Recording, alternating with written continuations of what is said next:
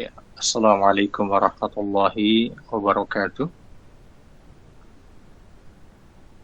Alhamdulillah, salatu wassalamu ala rasulillah wa ala alihi wa ashabihi wa man tabi'ahum bi ihsanin ila yaumiddin wa ba'du.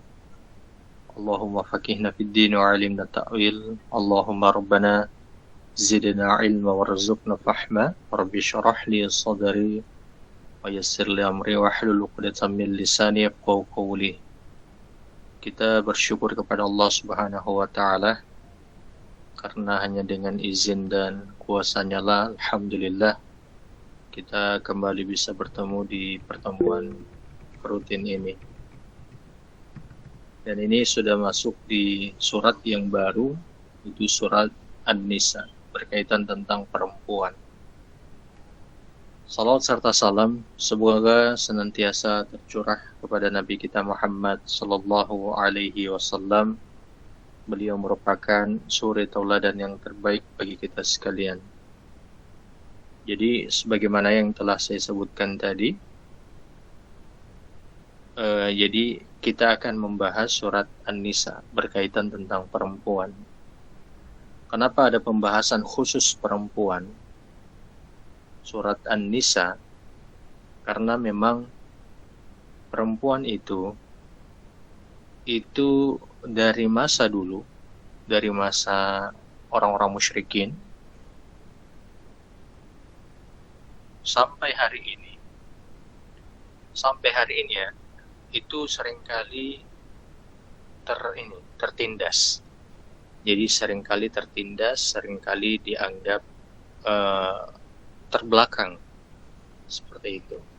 Makanya kemudian surat An-Nisa ini ada untuk memastikan seperti apa posisi perempuan yang adil. Jadi seperti apa posisi perempuan yang adil dan seperti apa cara untuk menyikapi perempuan. Jadi cara untuk menghargai perempuan. Karena di masa musyrikin terkait dengan perempuan ini, perempuan itu, anak-anak perempuan itu dari suku, ada dua suku di kalangan orang-orang Arab itu, mereka menganggap perempuan itu sebagai, baik.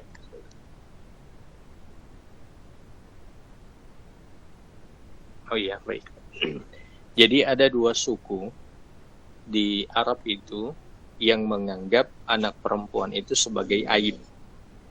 Jadi sebagai aib. Kalau ada istri mereka yang hamil,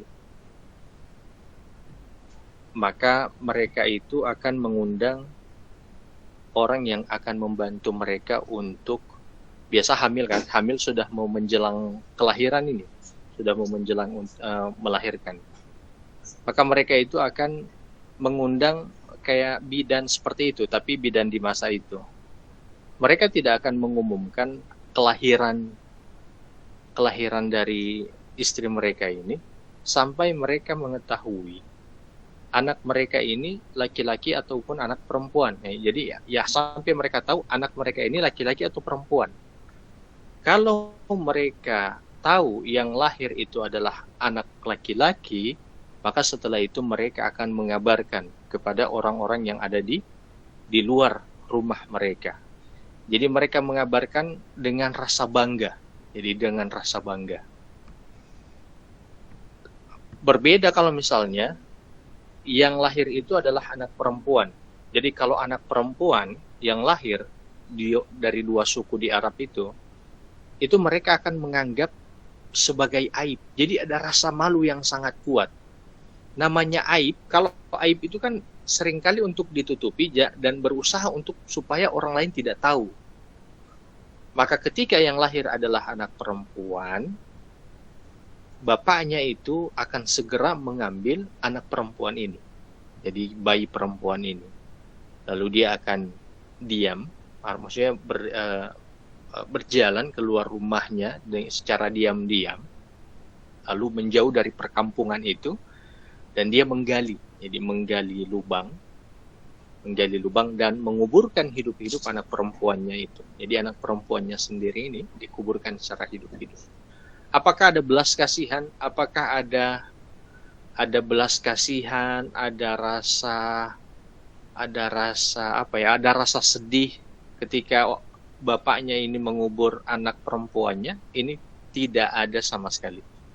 Jadi tidak ada sama sekali rasa kasihan, tidak ada sama sekali rasa sedihnya. Yang ada justru rasa malu. Jadi yang ada itu justru rasa malu. Kayak misalnya orang kalau misalnya, mohon maaf ini ya, mohon maaf saya kasih contoh kurang bagus. Tiba-tiba ini dahaknya atau ingusnya itu keluar dari hidung. Oke.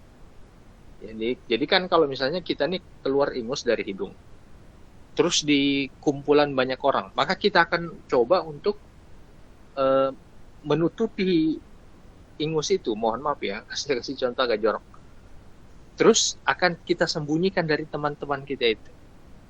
Lalu entah kita cuci seperti apa, kita lap pakai apa, bisa jadi pakai pakaian sendiri kan. Ya, intinya supaya orang tidak melihat itu, dan kita memang melakukan itu untuk menyembunyikan itu. Kita melakukan itu untuk menyembunyikan aib tersebut. Jadi anak perempuan itu dianggap aib. Jadi jangan dianggap ketika bapaknya itu menguburkan anaknya itu dengan perasaan sedih, dengan perasaan kasihan, tidak sama sekali. Justru bapaknya itu malu ketika ada anak perempuan. Kenapa? Kenapa sampai anak perempuan itu dianggap sebagai aib? Dan ini ada di dalam Quran surat At-Takwir. Takwir kalau tidak salah juz 30 itu. Allah Subhanahu wa taala itu berfirman di surat At-Takwir itu. Tunggu saya lihat ya.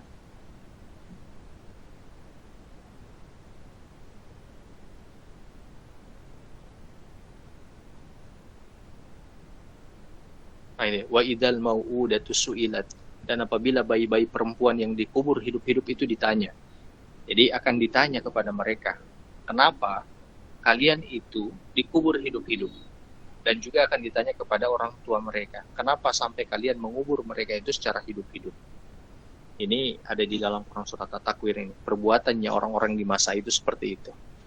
Jadi pertanyaan, kenapa sampai mereka menganggap anak perempuan itu sebagai aib? Ada beberapa alasan. Alasan yang pertama, menurut mereka, anak perempuan itu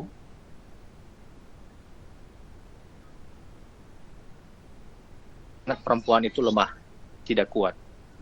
Tidak boleh untuk ditempatkan di pekerjaan-pekerjaan yang berat. Kan kita dapati hari ini, paling banyak untuk pekerjaan berat itu sebagaimana basi yang kerja bangunan itu kan semuanya rata-rata laki-laki, tidak ada perempuan, jarang sekali perempuan. Jadi mereka anggap perempuan itu tidak bisa bekerja untuk pekerjaan yang berat. Kemudian yang kedua, alasan yang kedua, perempuan itu tidak bisa diajak untuk berperang atau berburu. Kan di masa itu kan mereka terbiasa dengan berburu ataupun berperang antar suku.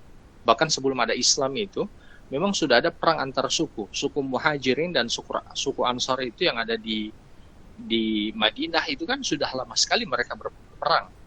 Nanti ketika Nabi masuk ke Madinah baru mereka itu bersatu. Itu kan pernyataan mereka. Kemudian yang ketiga, sampai perempuan itu dianggap aib karena perempuan itu diberi makan dari mereka kecil, jadi dari mereka bayi sampai dewasa, artinya sampai dewasa siap untuk menikah. Pas menikah ternyata diambil oleh suaminya. Jadi bapaknya itu merasa rugi. Merasa ruginya apa? Merasa ruginya itu karena sudah dirawat, sudah diberi pakaian, sudah diberi makan.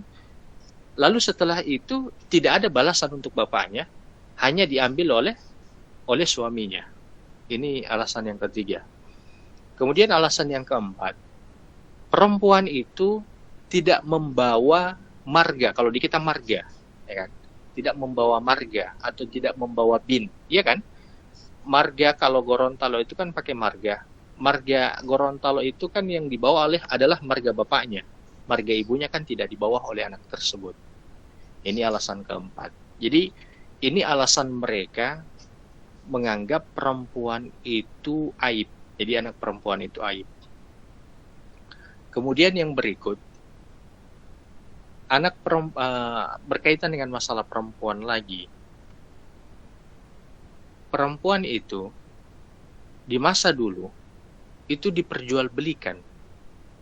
Jadi perempuan itu di masa dulu itu diperjualbelikan. Bahkan diwarisi. Tapi ibu tiri posisinya itu diwarisi. Jadi kalau misalnya ada bapak nih, kemudian dia punya anak dari istri pertamanya meninggal, lalu kemudian bapaknya ini menikah lagi dengan satu orang perempuan. Oke. Kemudian kan perempuan ini menjadi anak tiri dari ibu tiri dari anaknya dari istri yang pertama. Di masa jahiliyah, di masa kalangan musyrikin, ketika laki-laki ini meninggal, suami dari perempuan ini yang menjadi ibu tiri dari anaknya, ketika suami ini meninggal, maka ibu tiri ini akan diwarisi. Jadi akan diwarisi itu akan menjadi milik anaknya. Dan akan menjadi milik anaknya ini bisa dua. Posisinya bisa dijadikan sebagai istri, atau yang kedua, posisinya itu dijadikan sebagai budak. Karena perempuan dulu di masa jahiliyah itu dianggap komoditi, barang. Jadi bukan sebagaimana manusia yang punya harga diri, yang dia itu bebas dan merdeka. Tidak boleh diperjualbelikan, punya prinsip hidup tersendiri. Itu hanya berlaku bagi laki-laki di masa itu. Tapi bagi perempuan itu dianggap barang. Oke, dianggap barang. Kemudian yang ketiga, pernikahan di masa dulu itu adalah perzinahan yang sangat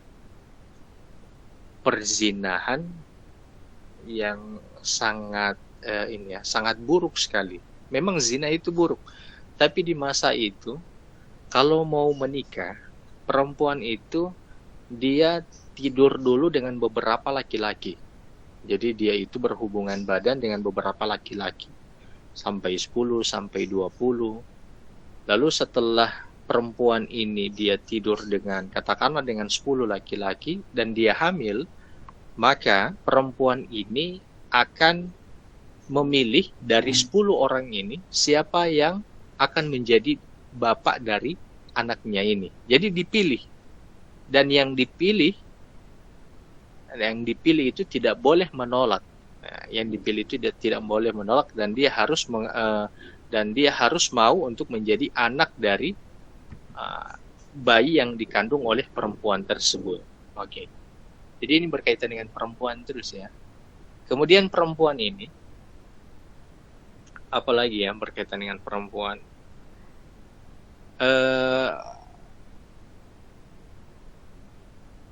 Ada berkaitan dengan budak perempuan.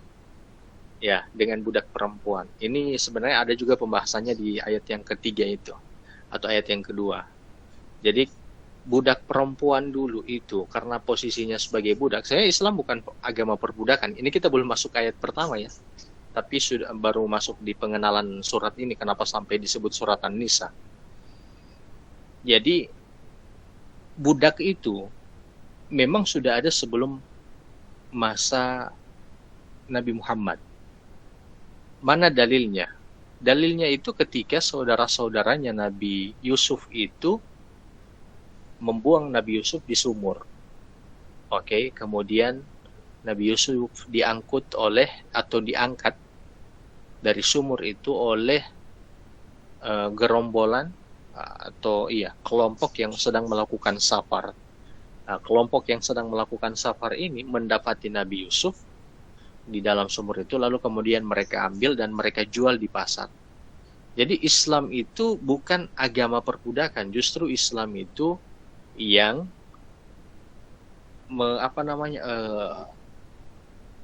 agama yang punya semangat untuk menghilangkan perbudakan. Nanti sebentar. Tapi dalam Al-Quran hukum perbudakan tidak dihapuskan. Alasannya apa? Nanti. Oke. Jadi kalau misalnya ada yang memiliki budak perempuan di masa musyrikin ya, orang musyrikin itu dia akan menggauli perempuan itu Lalu kan kalau sudah digauli biasanya kan akan hamil, hanya hamil kemudian lahir. Anak dari budak yang perempuan ini, milik tuannya, itu tetap dianggap sebagai anak budak. Artinya, sebagaimana sapi, kalau misalnya ada orang pelihara sapi yang hamil, atau sapi betina, lalu kemudian dikawinkan dengan sapi jantan, lalu kemudian sapi betina ini hamil dan melahirkan, maka sapi dari tuan ini menjadi dua. Artinya dia lebih untung lagi kalau dijual. Maka begitupun perempuan budak ini. Kalau dia hamil dan digauli oleh tuannya dan lahir anak, maka tuannya ini memiliki dua orang budak. Karena statusnya budak ini bisa diperjualbelikan. Ini di masa orang-orang musyrikin sebelum datangnya Islam. Oke.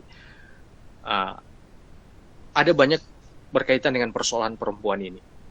Untuk itu atau untuk alasan itulah, sebagaimana pengantar tadi yang saya sebutkan, Allah kemudian memberikan satu surat khusus untuk mengangkat derajat perempuan atau menempatkan posisi perempuan pada tempat yang sebaik-baiknya, gitu.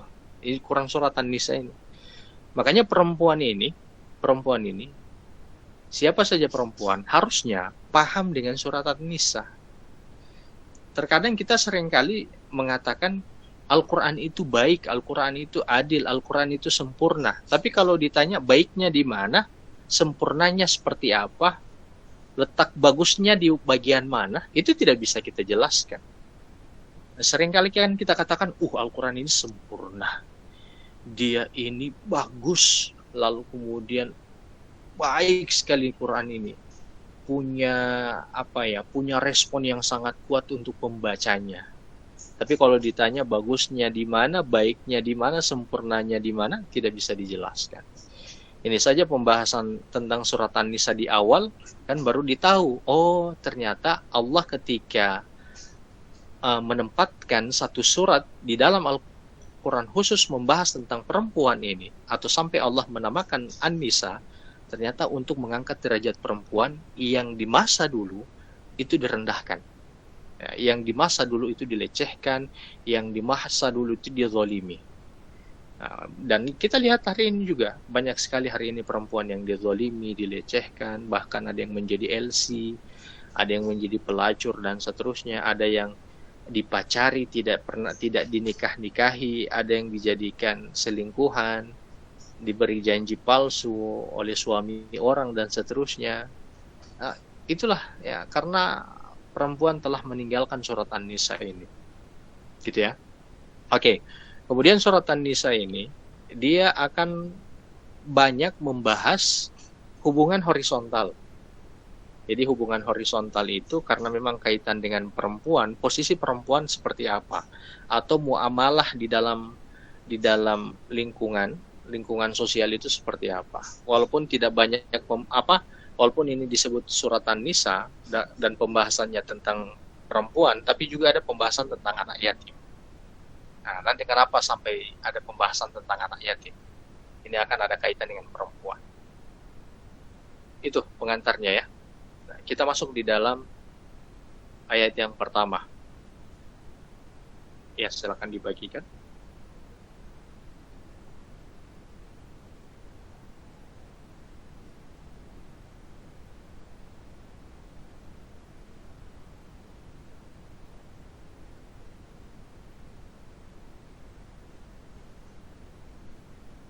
Ya, Allah Subhanahu wa taala berfirman, ya ayuhan nas. Di dalam Al-Qur'an itu ada penyebutan ya ayyuhalladzina amanu, itu khusus kepada orang-orang beriman. Sebenarnya bukan khusus. Sebelum kita menjalankan perintah itu, yang dimana diawali dengan ya ayyuhalladzina amanu, kita harus memastikan dulu kita ini punya iman atau tidak. Karena perintah itu hanya akan bisa dilakukan oleh mereka yang memiliki iman di dalam hatinya. Makanya perintah puasa itu penyebutannya itu ya ayyuhalladzina amanu. Karena kenapa? Karena hanya orang-orang berimanlah yang mampu untuk menjalankan puasa. Hanya orang-orang berimanlah yang mampu untuk melakukan puasa itu. Seperti itu. Nah, ada juga ya Bani Israel di dalam Al-Quran itu ya Bani Israil itu disebutkan. Walaupun itu penyebutan kepada Bani Israil, seruan kepada Bani Israil, tapi karena seruan itu Allah letakkan di dalam Al-Quran, tapi pelajarannya itu tetap berlaku bagi kita untuk hari ini. Karena Al-Quran itu sebagai pedoman atau petunjuk hidup kita. Ada juga Allah itu menyeru kepada beberapa nabi, kepada Yahya, ya Zakaria, bahkan ada ya Maryam. Walaupun yang diseru ini adalah para nabi, ya Zakaria, ya Yahya, bahkan menyeru Nabi Muhammad dengan majas, dengan ya yuhal muzammil, ya yuhal mudaththir. Itu kan Allah menyeru kepada Nabi Muhammad. Jadi tidak menyebut dengan nama langsung. Itu pelajarannya juga berlaku bagi kita. Walaupun yang diseru itu adalah para nabi ataupun Maryam itu sendiri. Di dalam ayat ini, Allah menyeru kepada semua manusia. Ya ayyuhan nas. Artinya, tidak terbatas hanya kepada mereka yang memiliki iman. Tapi juga masuk atau tercakup kepada mereka orang-orang kafir. Jadi orang-orang kafir. Orang beriman ataupun orang-orang kafir. Ini masuk di dalam seruan ini. Dengan seruan ya ayyuhan nas. Oke, karena ini seruan dia berlaku juga bagi orang-orang kafir, sedangkan orang-orang kafir itu mereka tidak membaca Al-Quran, berarti ada tanggung jawab bagi mereka yang telah memahami Al-Quran, atau Muslim, atau orang-orang beriman itu sendiri, untuk menyampaikan Al-Quran ini kepada mereka. Jadi tidak boleh hanya dibatasi kepada orang-orang beriman saja, tidak boleh hanya dibatasi kepada Muslim saja, tapi Quran ini juga harus disampaikan kepada orang-orang kafir. Karena memang di dalam Al-Quran juga itu ada seruan untuk seluruh manusia. Ya ayyuhan nas. Setelah seruan, Allah kemudian menyebutkan alladzi khalaqakum min nafsin wahidah. Allah katakan, ya ayuhan nas ittaqu rabbakumul ladzi khalaqakum min nafsin wahidah. Ittaqu rabbakum. Bertakwalah kalian itu kepada Tuhan kalian. Ittaqu rabbakum.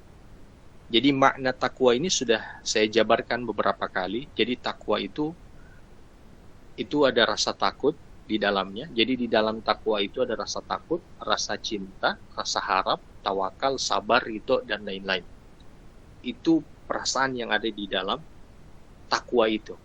Jadi, karena takwa itu akan mendorong seseorang untuk menjaga dirinya agar mendorong seseorang untuk menaati perintah Allah dan menjaga dirinya untuk tidak melakukan apa saja yang Allah larang. Jadi dia selalu berhati-hati.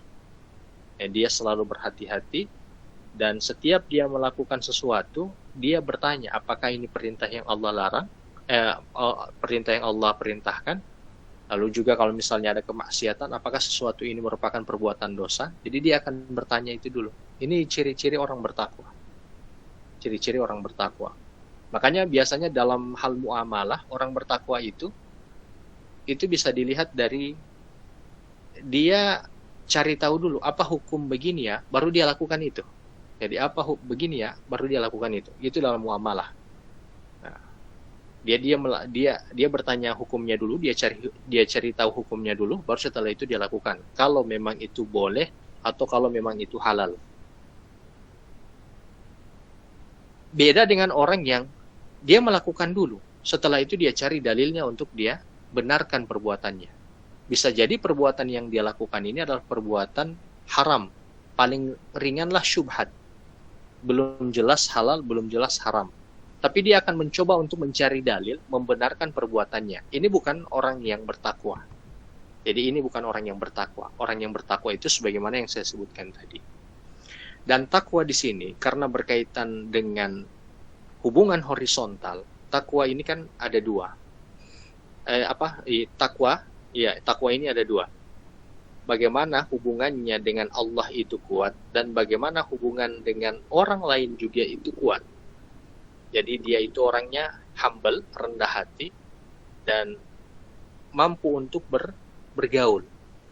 Tapi dalam batas-batas yang sesuai mengikuti syariat. Gitu. Ittaqu rabbakum, bertakwalah kepada Tuhan kalian. Kemudian kata Allah, alladzi khalaqakum min nafsin wahidah, yang telah menjadikan kalian itu dari diri yang satu, yang telah menciptakan kalian dari diri yang satu, yaitu Nabi Adam. Menciptakan kalian itu dari diri yang satu, yaitu Nabi Adam. Apa kaitan takwa dengan penciptaan? Lalu kemudian disandarkan kepada Nabi Adam. Jadi manusia itu, yang bertakwa itu adalah manusia yang tidak rasis. Jadi tidak ada rasisnya. Itu yang menjadi PR besar di orang-orang barat, itu rasis. Sampai hari ini, kulit hitam, kulit putih. Allah mengingatkan dengan kata takwa ini, bahwa kita ini awalnya dari satu. Bapak kita ini satu, yaitu Nabi Adam. Jadi bukan kera ya, bukan monyet ya, bukan teori Darwin ya. Jadi kita ini dari satu, maka tidak boleh kita itu rasis. Kita melihat ada yang kulit putih, kulit hitam, ada yang berambut keriting, ada yang berambut panjang, ada yang tinggi, ada yang pendek. Itu tidak boleh kita rasis ataupun menzalimi saudara kita. Dan juga tidak boleh kita itu merasa lebih daripada saudara kita dalam penciptaan. Ya, dalam penciptaan. Fisiknya dan lain-lain. Tidak boleh kita merasa lebih, tidak boleh kita merasa menyombongkan diri kita karena kita merasa kita lebih baik, lebih cantik, lebih rupawan. Lalu dengan itu juga menjadi alasan kita menzalimi saudara kita. Kenapa sampai juga disebutkan seperti ini? Karena Islam itu tidak mengenal yang namanya kasta. Kalau di agama Hindu ada kasta, ada Brahma, ada Waisa, ada Sudra. Bahkan di India itu ada kasta paling rendah. Itu mereka disamakan dengan binatang. Di kalangan orang-orang musyrikin juga itu ada kasta. Kalangan orang-orang musyrikin. Makanya orang musyrikin itu sangat mempertahankan perbudakan. Orang-orang budak tidak boleh duduk bersama mereka. Orang-orang budak itu tidak boleh makan bersama mereka. Orang-orang budak itu disendirikan. Jadi mereka itu dianggap sebagaimana binatang. Jadi harus disendirikan mereka. Di kalangan Romawi dan Persia kita bisa tahu. Ada kalangan raja, ada kalangan kabinet, orang-orang tangan kanan, dan ada kalangan bawah. Kalangan bawah itu kalangan tentara, polisi, dan ada lagi kalangan bawah lagi. Kalangan rakyat biasa. Di atas kabinet ada kalangan pengusaha. Di masa dulu, para kabinet ini kalau datang kepada raja itu duduk di singgasana. Raja itu duduk dia di singgasana. Dia itu berbicara kepada raja, jaraknya itu 5 meter. Oke. Polisi dan tentara menghadap ke raja, artinya polisi tentara di masa itu maksud saya adalah para pengamannya, pengamanan kerajaan. Itu ketika menghadap raja, itu jarak mereka berbicara kepada raja itu 10 meter. Ini pernah lihat film-film dulu kan? Begitu dia. Film-film dulu kan seperti itu, kayak Mak Lampir kan, mereka datang kepada raja seperti itu caranya. Kemudian yang ketiga, kalau rakyat biasa yang pergi kepada raja, maka mereka akan berbicara kepada raja itu jaraknya 15 meter. Plus ketika mereka berbicara, mulut mereka itu ditutup. Kenapa? Supaya bau mulut mereka itu tidak mengganggu raja. Ini memang sudah ada dari dulu di kalangan Romawi ataupun kalangan Persia. Jadi memang sudah ada kastanya. Islam datang dan ini mengherankan orang-orang musyrikin. Kok bisa Abu Bakar statusnya sebagai orang kaya, lalu juga Utsman bin Affan statusnya sebagai orang kaya, bisa duduk bersama dengan Khobab dan Bilal. Ada juga Ammar bin Yasir. Mereka ini adalah budak. Duduk bersama, lalu kemudian bisa bicara bersama, lalu makan bersama. Ini hal yang dari kalangan musyrikin ketika melihat itu, mereka merasa sangat aneh. Kok bisa? Kok bisa posisinya seperti itu? Jadi di sini Allah katakan alladzi khalaqakum min nafsi wahidah. Di antaranya juga untuk mengingatkan manusia bahwa kita ini tidak punya kasta. Kita ini sama. Walaupun di antara kita ada yang diberi pangkat yang lebih, ada yang diberikan rezeki yang lebih, paras yang lebih, itu bukan menjadi alasan dia untuk menyombongkan dirinya dan menganggap lebih daripada orang lain. Tapi dalam dunia pekerjaan tetap harus profesional, mengikuti kedisiplinan atau SOP pekerjaan. Oke? Gitu. Makanya lah kalau sekarang sudah ada kasta-kastanya. HP itu kalau dibeli berdasarkan kegunaan tidak masalah. Apalagi mobil, motor dibeli untuk dengan alasan yang tepat tidak masalah. Tapi kalau handphone itu dibeli hanya untuk menunjukkan kasta, apalagi mohon maaf ya, mungkin tidak semua. Kalau kita pergi ke mall, kemudian kita foto di cermin untuk menunjukkan kasta handphone kita itu, ini bukan yang disebut dengan alladzi khalaqakum min nafsi wahidah, gitu ya. Jadi hari ini handphone pun itu sudah menunjukkan kasta, jadi bukan lagi pada kegunaannya. Ini tidak berlaku bagi semua ya. Jadi jangan dianggap setiap orang yang foto di depan cermin itu dianggap, ini orang yang menggunakan kasta dengan handphonenya. Tidak seperti itu. Kita hanya menegur supaya kita jangan seperti itu dan jangan ada kekastaan di dalam kehidupan kita. Lalu juga Allah katakan alladzi khalaqakum min nafsi wahidah. Artinya kita nih laki-laki dan perempuan dari satu sumber yang sama, yaitu Nabi Adam. Maka tidak boleh ada perbedaan posisi antara laki-laki dan perempuan. Sebagaimana perempuan dijadikan komoditi, barang, budak, atau kemudian warisan yang bisa dilecehkan, dizalimi, dan seterusnya. Allah katakan tidak ada perbedaan antara laki-laki dan perempuan. Laki-laki dan perempuan itu dia berasal dari satu, yaitu Nabi Adam. Jadi sudah mulai mengangkat tentang harkat dan martabat perempuan. Kemudian Allah katakan wa khalaqa minha zaujaha, dan dia juga menjadikan dari Nabi Adam itu pasangannya, dan Allah menciptakan pasangannya itu Hawa.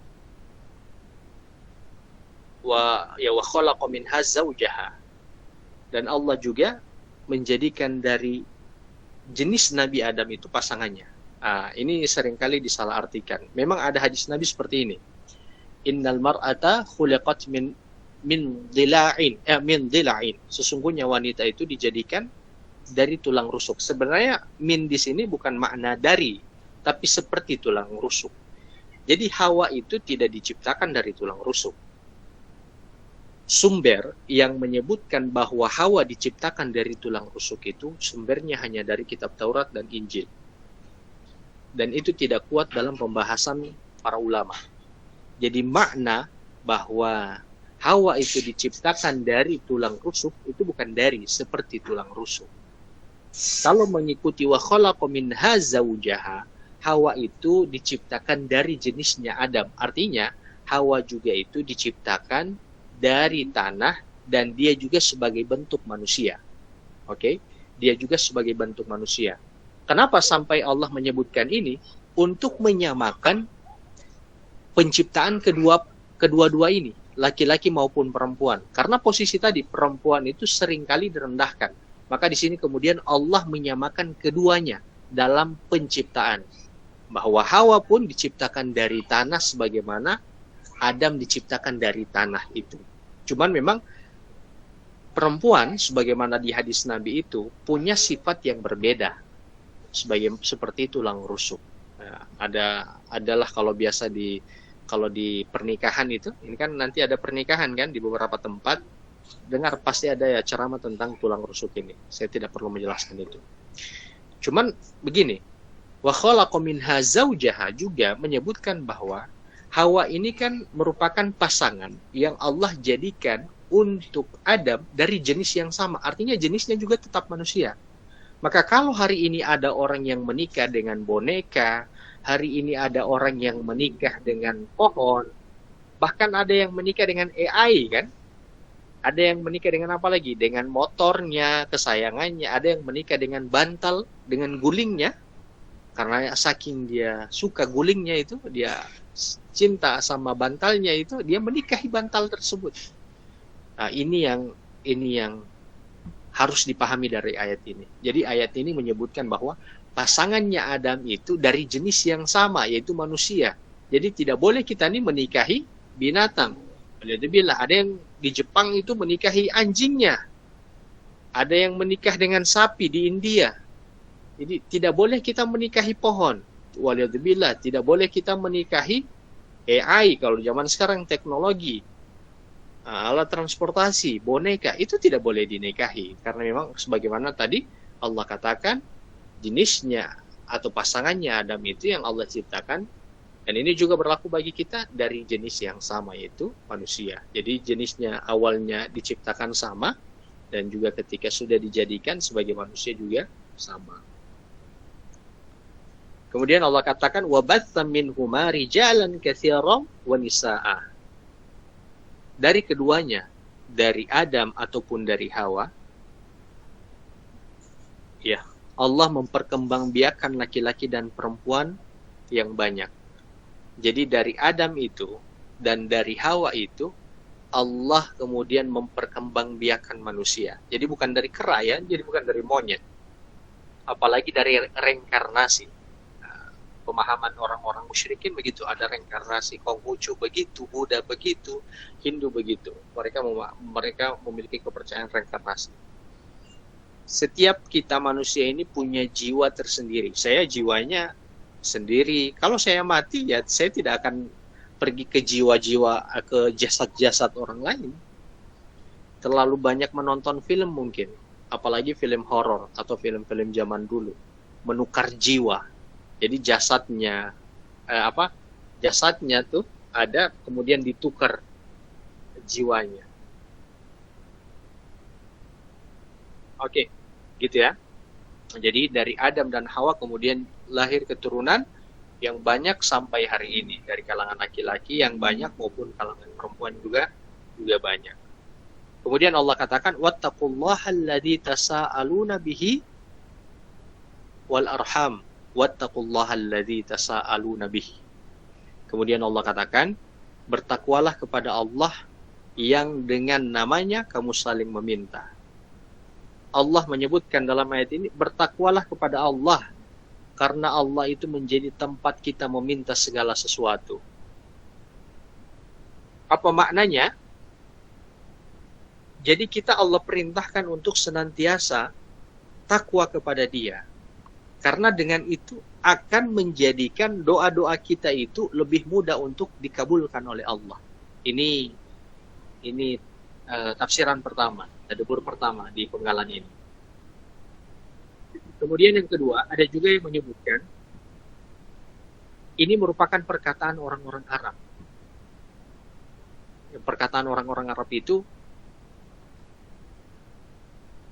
biasa mereka itu meminta sesuatu kepada keluarganya, mereka akan mengatakan, aku meminta kepadamu dengan nama Allah dan antara hubungan darah kita.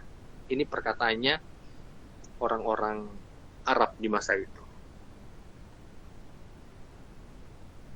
Tapi kembali lagi berkaitan dengan wattaqullaha alladzi tasaaluna bihi, ini Allah menyuruh kita untuk senantiasa bertakwa. Lalu kemudian kaitan dengan hablum minan nas, ini takwa untuk memperkuat silaturahim. Makanya kemudian Allah katakan wal arham, dan rahim-rahim. Rahim itu berkaitan dengan perempuan. Ya kan? Memang hanya perempuan yang ada rahimnya, hubungan kekeluargaan. Jadi ada disebut dengan silaturahim. Silaturahim itu dia itu menyambung rahim. Jadi silaturahim itu yang sebenarnya yang benar.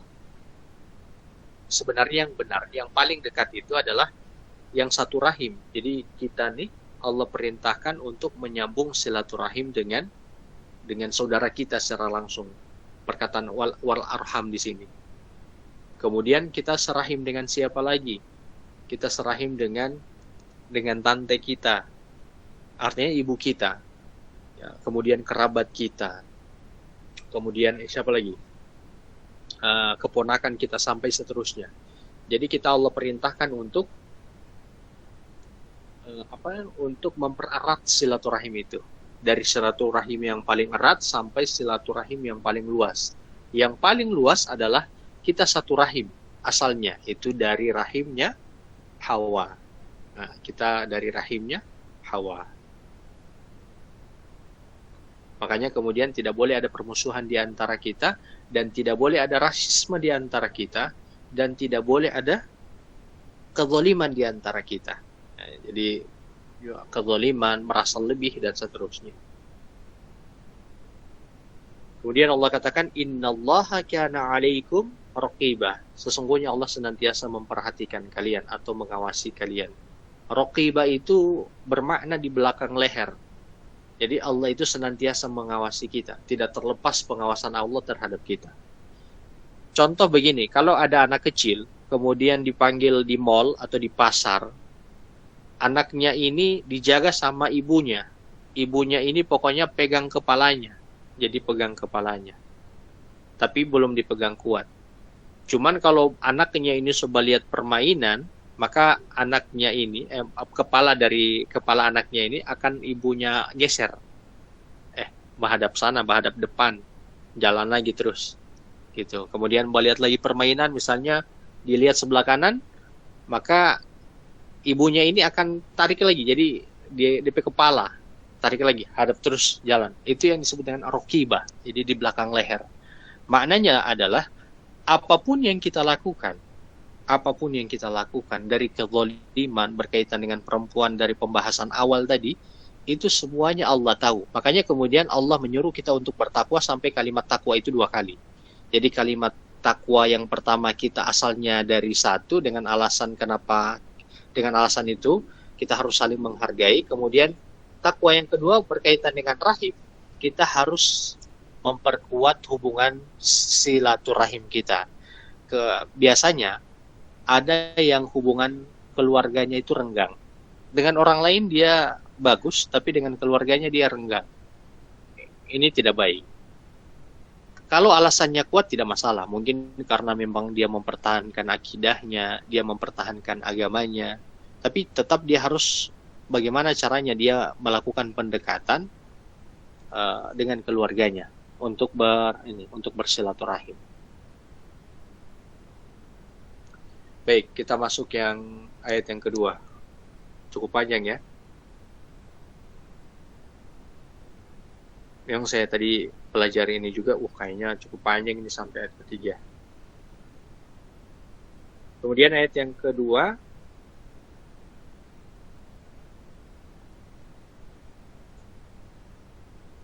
sebentar ya.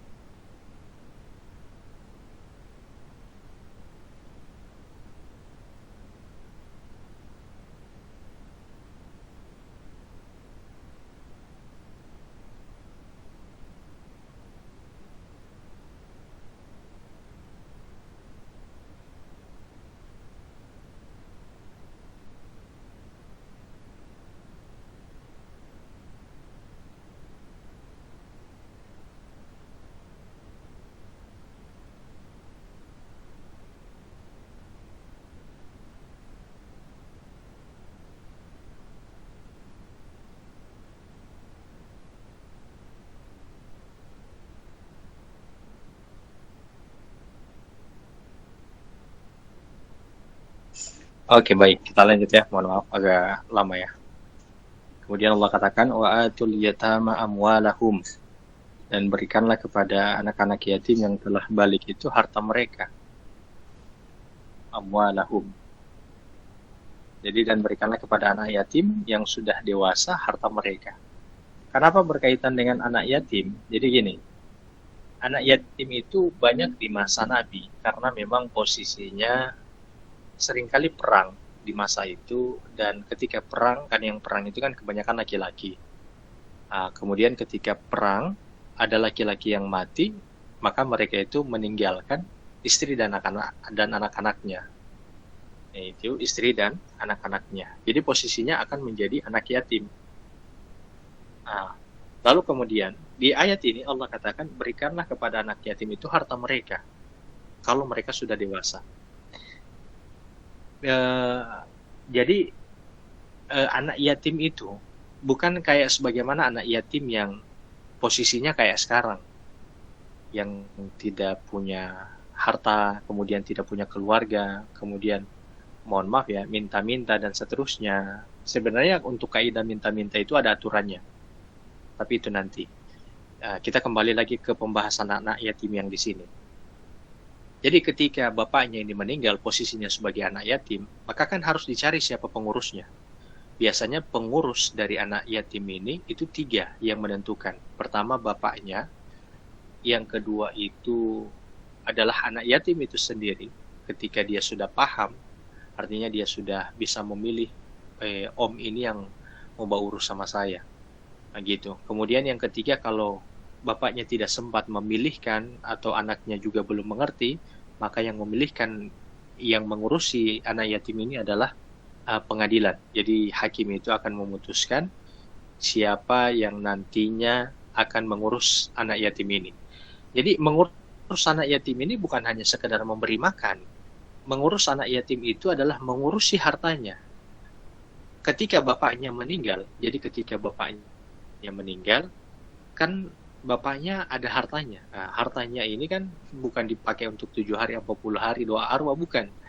Tapi sebagaimana yang saya sebutkan di beberapa pertemuan kemarin, jadi kalau misalnya ada orang meninggal kan dibayarkan dulu biaya pemakaman, dibayarkan hutangnya, dipenuhi wasiatnya, kemudian dibagi harta warisannya. Dari harta warisan itu, misalnya anak yatim ini mendapatkan harta warisan, maka yang mengurusi harta warisan anak yatim ini adalah yang diwakilkan untuk menjadi pengurus harta anak yatim ini.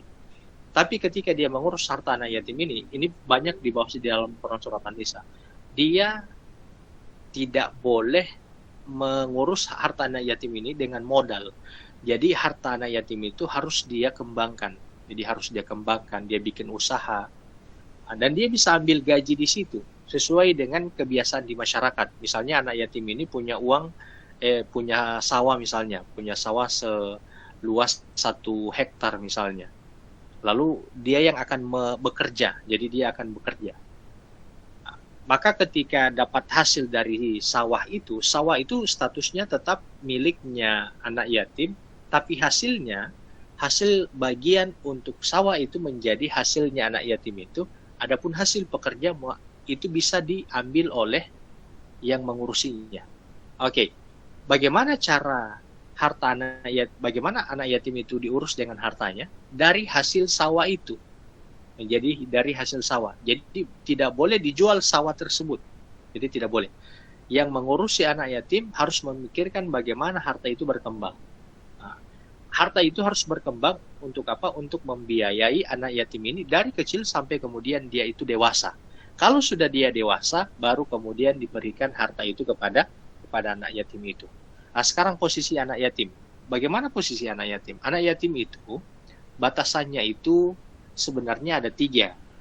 Ada yang membatasi dengan mimpi basah dan haid kalau perempuan. Ada yang membatasi kedua kalau belum mimpi basah dan belum haid, batasannya itu 13 atau 15 tahun. Jadi dia sudah tidak dianggap lagi sebagai anak yatim. Gitu. Jadi anak yatim itu anak yang tadi yang mengatakan sebelum haid. Kalau sudah haid dia bukan anak yatim lagi walaupun bapaknya sudah meninggal. Lalu kemudian ada yang membatasi di 15 tahun. Jadi kalau sudah 16 tahun atau 15 tahun tambah 1 hari, dia bukan lagi anak yatim walaupun bapaknya sudah meninggal. Ada yang membatasi berkaitan dengan masalah harta, walaupun dia sudah bukan anak yatim dalam posisi sebagai usia, artinya usianya sudah 20-an, 21, tapi dia pola pikirnya masih anak-anak. Artinya ketika kalau diberikan hartanya ini kepada anak yatim ini, itu dihabiskan semuanya, maka belum boleh untuk diberikan. Makanya penyebutan di sini wa'atul yatama amwalahum, berikanlah kepada mereka. Belum bisa diberikan kalau anak yatim itu cara berpikir mereka masih boros. Masih kalau diberikan semuanya ini dijual, dihambur-hamburkan, itu tidak boleh diberikan. Jadi ada di surat An-Nisa ini mengetes. Oke. Apa kaitan dengan perempuan? Karena pembahasan surat An-Nisa ini kaitan dengan perempuan. Lalu kemudian Allah menyebut di awal surat ini juga sudah tentang anak yatim. Yaitu tadi, karena bapaknya sudah meninggal, posisi perempuan kan masih ada sebagai ibu atau sebagai istri yang ditinggalkan oleh suami. Dan anak dari laki-laki yang sudah meninggal ini kan itu posisinya menjadi anak yatim. Makanya kemudian di dalam surat An-Nisa ini juga diurus itu dua ini. Pertama ada perempuannya sebagai istrinya yang ditinggalkan, dan juga anaknya sebagai anak yang ditinggalkan yang posisinya menjadi anak yatim. Makanya tidak terpisah perempuan dan anak yatim ini untuk pembahasan di dalam Quran surat An-Nisa. Kemudian yang berikut, terkadang orang yang ada di sini. Wala tatabaddalul khabitha bit-thayyib. Kita cukupkan 2 ayat saja ya. Karena ini sudah jam 9. Mungkin ada yang sudah mengantuk ini, Mbak Dengar. Atau ada yang sudah tertidur ini, Mbak Dengar. Janganlah kamu menukar yang baik dengan yang buruk. Ini ujian bagi mereka yang mengurusi harta anak yatim. Posisi anak yatim itu, makanya ada yang bertanya ke saya di Tadabur Mu'alaf, anak yatim hari ini bagaimana Ustaz? Saya bilang penjelasannya di dalam surat An-Nisa itu bukan hanya mengurusi anak yatim, tapi mengurusi harta anak yatim, karena setiap anak itu ada peninggalan dari orang tuanya. Begitu. Kalau di sini kan di YouTube nih disebarkan, atau misalnya di Facebook disebarkan donasi untuk anak yatim, tidak masalah sih seperti itu. Tapi sebenarnya mereka punya hak dari harta orang tua mereka. Sayangnya keluarga mereka tidak memberikan itu untuk mereka. Begitu. Jadi yang mengurusi itu bukan hanya panti asuhan, tapi juga pihak keluarga yang dekat dari orang tuanya. Oke, wala tatabaddalul khabitha bit-thayyib. Janganlah kalian menukar yang baik dengan yang buruk. Misalnya anak yatim ini mendapatkan harta warisan dari bapaknya itu berupa sapi. Sapinya ini gemuk sekali. Lalu kemudian yang diamanahkan untuk mengurusi anak yatim ini punya sapi tapi kurus. Lalu kemudian dia tukarlah ini. Dia tukar alasannya, saya kan yang ngurus kamu. Atau misalnya kayak tanah tadi 1 hektar, tiba sudah dewasa, dia manipulasi surat-suratnya, lalu kemudian 1 hektar itu setengahnya menjadi pemilik yang mengurusi. Ini tidak boleh. Makanya kemudian untuk menjadi pengurus anak yatim itu tidak sembarang. Harus orang yang memiliki iman. Karena harta ini kebanyakan menjadikan seseorang itu sampai tidak bisa lagi membedakan mana yang halal dan mana yang haram. Kemudian Allah katakan,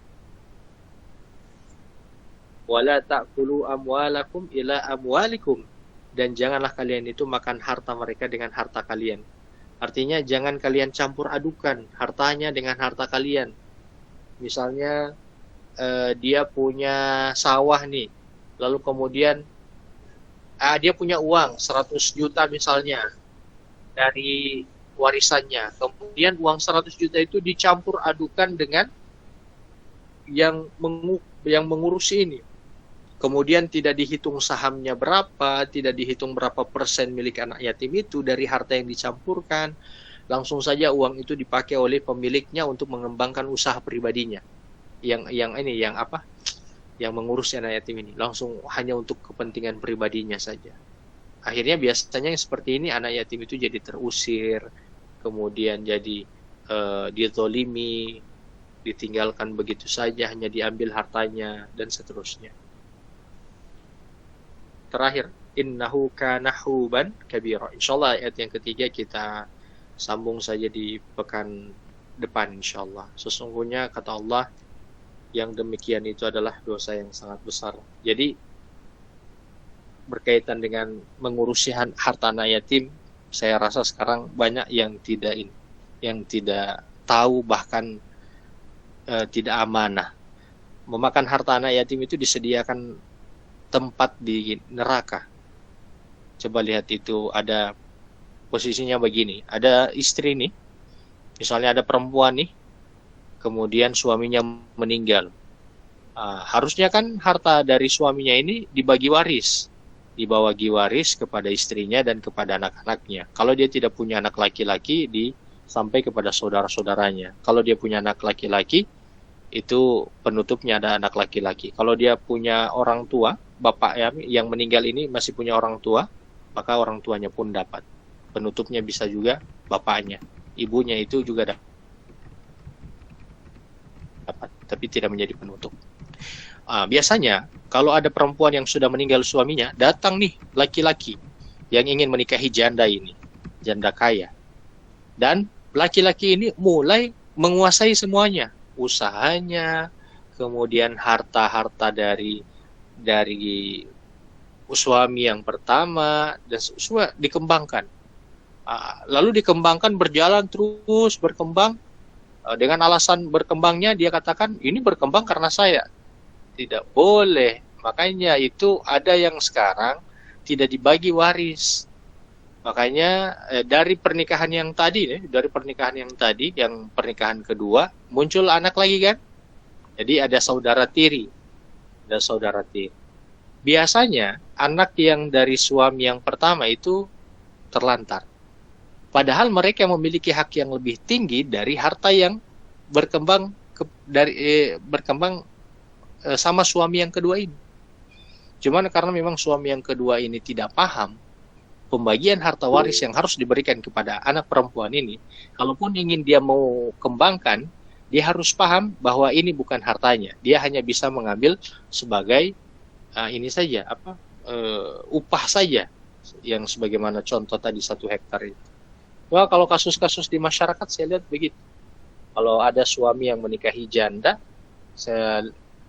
kebanyakan anak yang dari suami pertama ditelantarkan.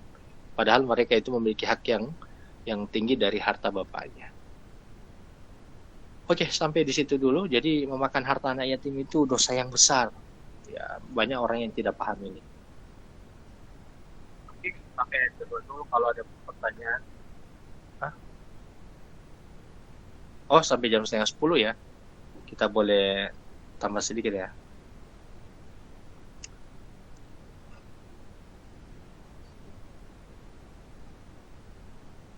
Oke, kita sampai jam 9:30 saja ya. Insya Allah yang lain belum pada tidur ini. Oke, kita usahakan sampai jam 9:30. Ayat yang ketiga. Allah Subhanahu wa taala berfirman, "Wa in khiftum alla tuqsitu fil yatama." Allah katakan, dan jika kalian khawatir tidak mampu berlaku adil terhadap hak-hak perempuan yatim, bila kamu menikahinya di sini, fankihu ma tobalakum minan nisa, maka kawinilah dengan siapa yang kalian senangi dari perempuan-perempuan itu. Biasanya begini, di masa dulu itu, mereka ini supaya lebih leluasa dan supaya lebih dekat dengan anak yatim itu, mereka akan menikahi anak tersebut, anak yatim itu. Kok bisa Ustadz dinikahi? Jangan ditarik untuk situasi hari ini ya.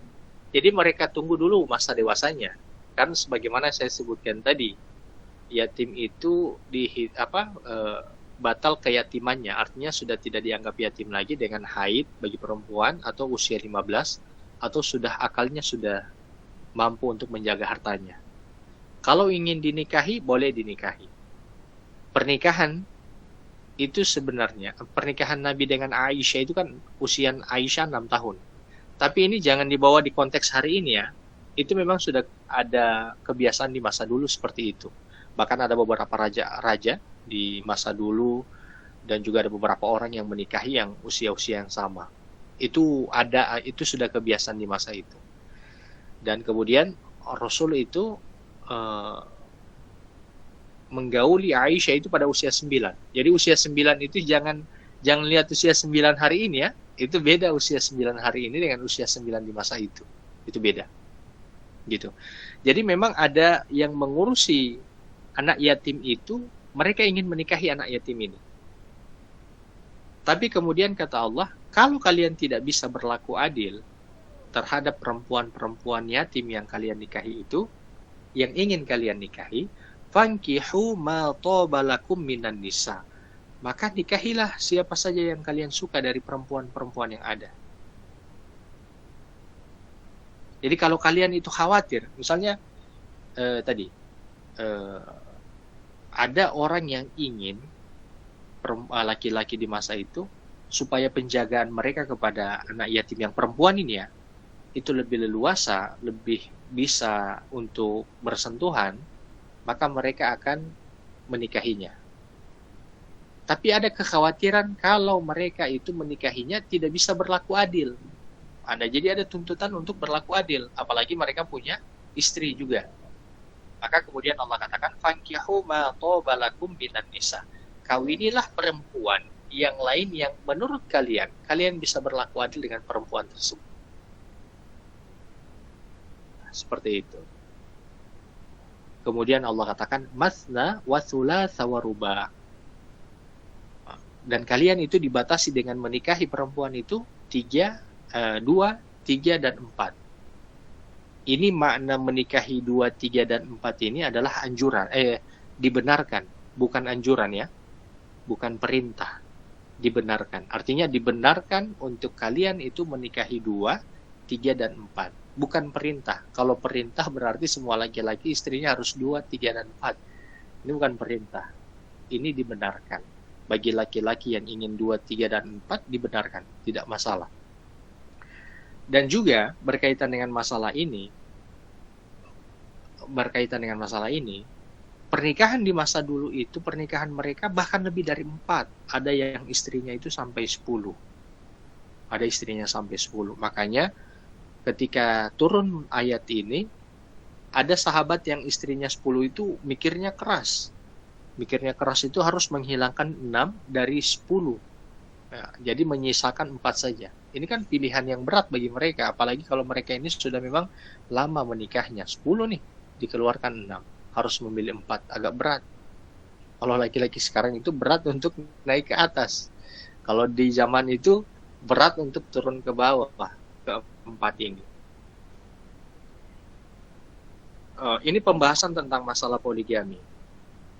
Islam seringkali dikaitkan dengan poligami ini. Padahal poligami di dalam Islam itu menjamin, ini sudah pernah saya tulis di pekan kemarin, poligami itu menjamin keadilan bagi perempuan, agar supaya perempuan itu tidak dijadikan sebagai perempuan simpanan. Banyak hari ini yang laki-laki itu beralibi poligami, perempuan juga itu mau dibodoh-bodohi atas nama poligami. Masalahnya di situ. Kenapa? Jadi gini, ada perempuan yang dia tidak tahu syarat menikah. Itu yang penting nikah saja. Yang penting ada penghulunya, kemudian dicarikan sepupunya, dibayar lagi sepupunya itu atau orang siapalah untuk menjadi walinya untuk membenarkan ini pernikahan tersebut. Jadi pernikahan ini sebenarnya bentukannya ini adalah perzinahan karena tidak sah dalam syariat. Walinya itu tidak sesuai. Walinya bukan menjadi wali yang sebenar-benarnya sebagai wali perempuan ini. Biasanya ada para pejabat yang menikah di hotel seperti ini. Lalu perempuan itu kemudian dianggap sebagai istri yang kedua, dia dijadikan istri yang kedua, laki-lakinya poligami. Kemudian kata laki-laki ini, saya akan memberikan kamu mobil, saya akan memberikan kamu uang harian, uang jajan harian, kemudian handphone, kemudian rumah. Islam bukan hanya menjaga perempuan dengan pemberian fisik saja, tapi juga pengakuan. Makanya memang Islam membenarkan pernikahan tanpa izin istri pertama. Tapi pernikahan tanpa izin istri pertama bukan berarti pernikahan tanpa izin istri pertama itu tidak selaras. Sebentar.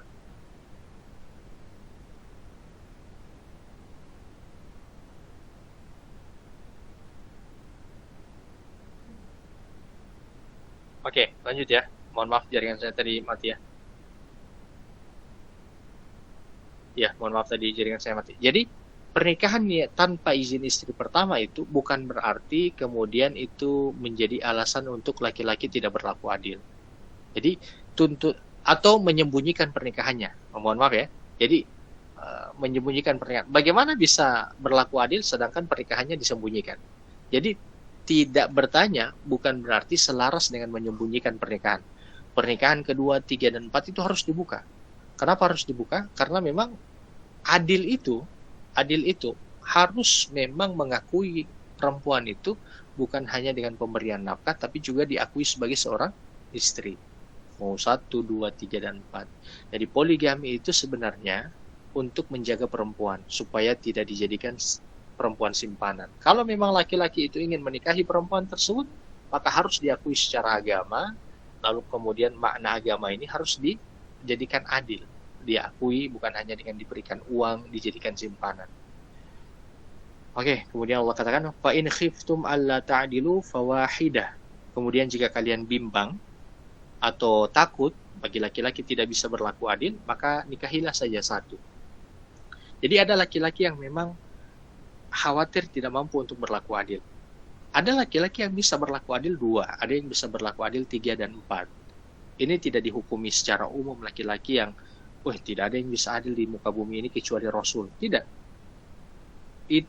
Setiap laki-laki itu punya kemampuan masing-masing. Ada kemampuannya hanya bisa adil pada 1, ada adil pada 2, 3, dan 4. Kok adil pada 1? Ya memang ada laki-laki yang tidak bisa berlaku adil pada 1 istrinya. Kapan itu? Tidak memberikan nafkah batin, nafkah lahir, waktu, pendidikan agama, dan seterusnya. Dan adil di sini, sebentar ya, izin dulu.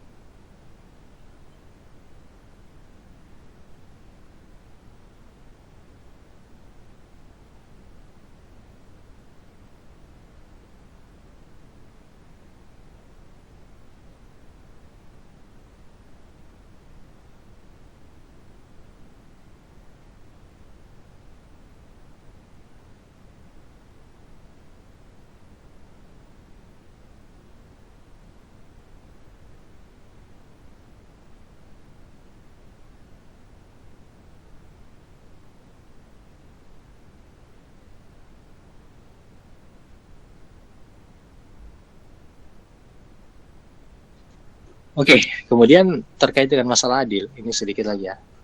Terkait dengan masalah adil, adil dalam poligami itu hanya dituntut untuk jadwal bermalam, kemudian memberikan nafkah, minuman, pakaian, dan tempat tinggal. Tapi perasaan itu tidak ada tuntutan untuk itu. Karena Nabi itu berkaitan dengan hatinya, hati itu lebih sayang kepada Aisyah. Kemudian auma malakat aimanukum, atau hamba-hamba sahaya atau budak-budak kalian yang kalian miliki.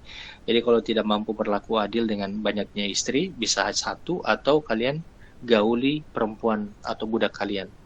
Perbedaan budak kalau digauli, kan saya sudah jelaskan di awal tadi, tidak perlu saya jelaskan ya, yang di awal. Kalau perempuan atau budak perempuan digauli oleh laki-laki beriman, apa yang statusnya perempuan itu seperti apa, maka status perempuan itu tidak boleh dia dijual dan tidak boleh dia diwarisi oleh anaknya. Dan yang ketiga itu, dia akan menjadi merdeka ketika tuannya ini meninggal. Adapun anak yang dilahirkan dari budak perempuan ini akan dibinkan atau menjadi anak dari tuannya.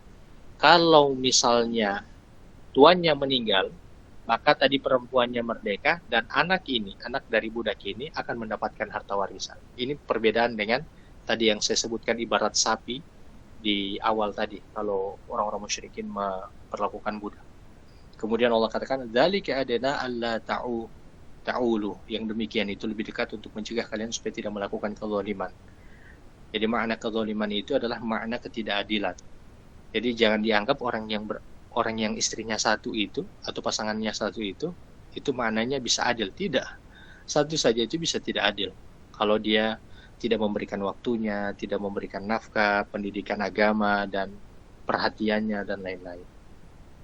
Mungkin itu saja. Alhamdulillah kita sudah sampai 9:30 ini. Ada pertanyaan, kita batasi 5 menit ya. Dipersilahkan.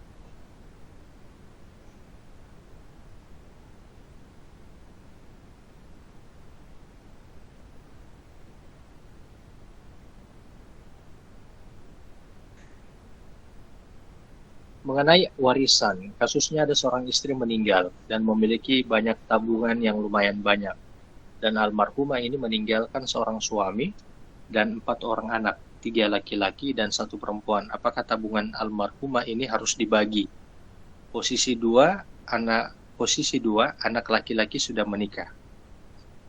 Oke.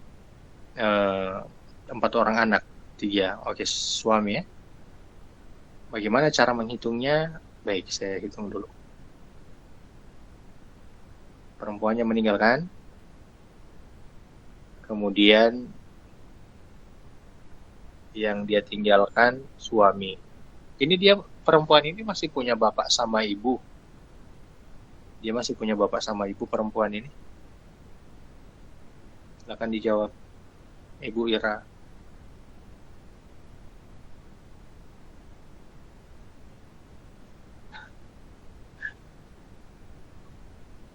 Oke, kita anggap saja dia tidak punya bapak sama ibu ya. Karena kalau dia punya bapak sama ibu jadi lain lagi hitungannya. Oke, berapa hitungannya? Hitungannya, suaminya itu dapat 25% dari hartanya. Anak laki-lakinya itu dapat 21,43%. Masing-masing itu anak laki-lakinya. Ditulis, dicatat saja. Jadi suaminya itu dapat 25% dari total harta. Kemudian anak laki-lakinya itu dapat 21,43, masing-masing itu. Pokoknya anak laki-laki yang pertama 21,43, anak laki-laki yang kedua 21,43, anak laki-laki yang ketiga 21,43. Adapun anak perempuan, dia dapat 10,71%. Kenapa perempuan itu dia dapatnya setengah daripada laki-laki? Karena laki-laki itu dia punya tanggung jawab yang lebih.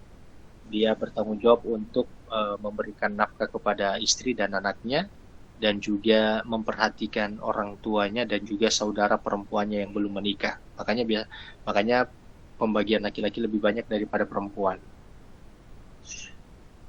Kemudian ada kasus 7 orang bersaudara, 4 orang perempuan, 3 laki-laki. Kemudian ayahnya menyekolahkan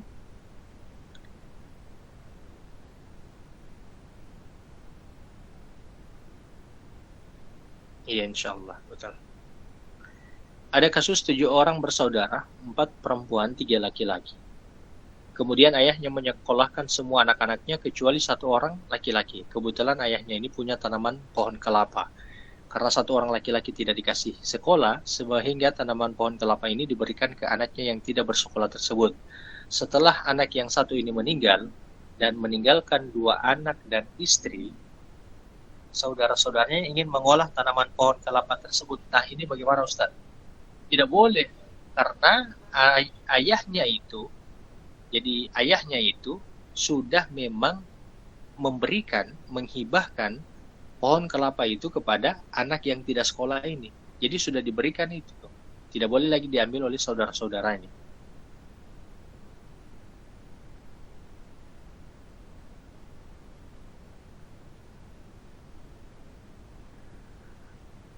Nah, jadi sudah dihibahkan.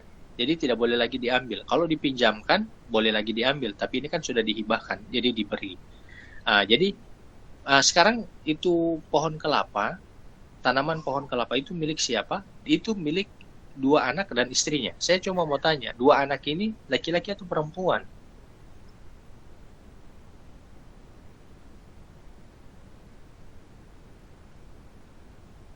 Perempuan, ya? Dua-duanya anak perempuan ya? Oh, oke. Baik. Nah, saya tanya, dari 7 orang itu yang meninggal baru baru 1 itu. Dari 7 orang bersaudara ini yang meninggal baru 1 laki-laki itu yang tidak sekolah itu.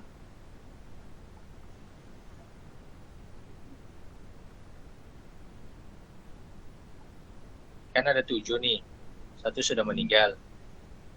Apakah 6 orang juga ini sudah meninggal? Oh, oke. Jadi ingat ya, yang sudah lebih dulu meninggal dari pewaris itu tidak mendapatkan warisan. Jadi misalnya ada 3 bersaudara, kemudian 3 bersaudara ini meninggal lebih dulu yang pertama, bapaknya belum meninggal. Kemudian setelah itu bapaknya meninggal. Kemudian setelah itu bapaknya meninggal, maka dibagi waris itu yang dapat warisan hanya yang 2, yang belum meninggal. Kalau yang sudah meninggal lebih dulu dari pewaris itu tidak mendapatkan harta warisan. Nah, ini yang sudah meninggal lebih dulu.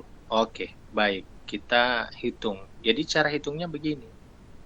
Itu kan pohon kelapanya sudah diberi, sudah hibah. Itu jadi bukan milik saudara-saudaranya lagi. Tidak boleh diambil. Maka, bahasa hitungnya.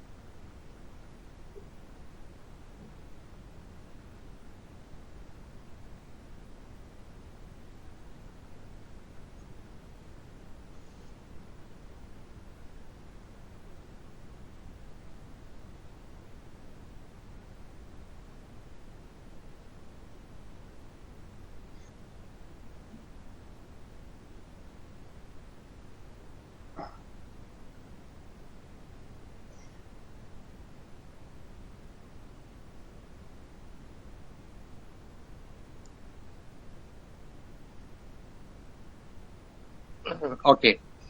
Jadi, saya jawab ya. Jadi, istrinya itu dapat 12,5%, anak perempuannya itu masing-masing dapat 33,33%. Jadi anak perempuan yang pertama dapat 33,33%, anak perempuan dapat 33,33%. Adapun saudara laki-lakinya yang belum meninggal atau yang meninggal setelah dia meninggal 6,94%, 6,94%. Dan saudara perempuan itu hanya dapat masing-masing 3%, 3,47%. Jadi yang terbanyak itu anak perempuannya.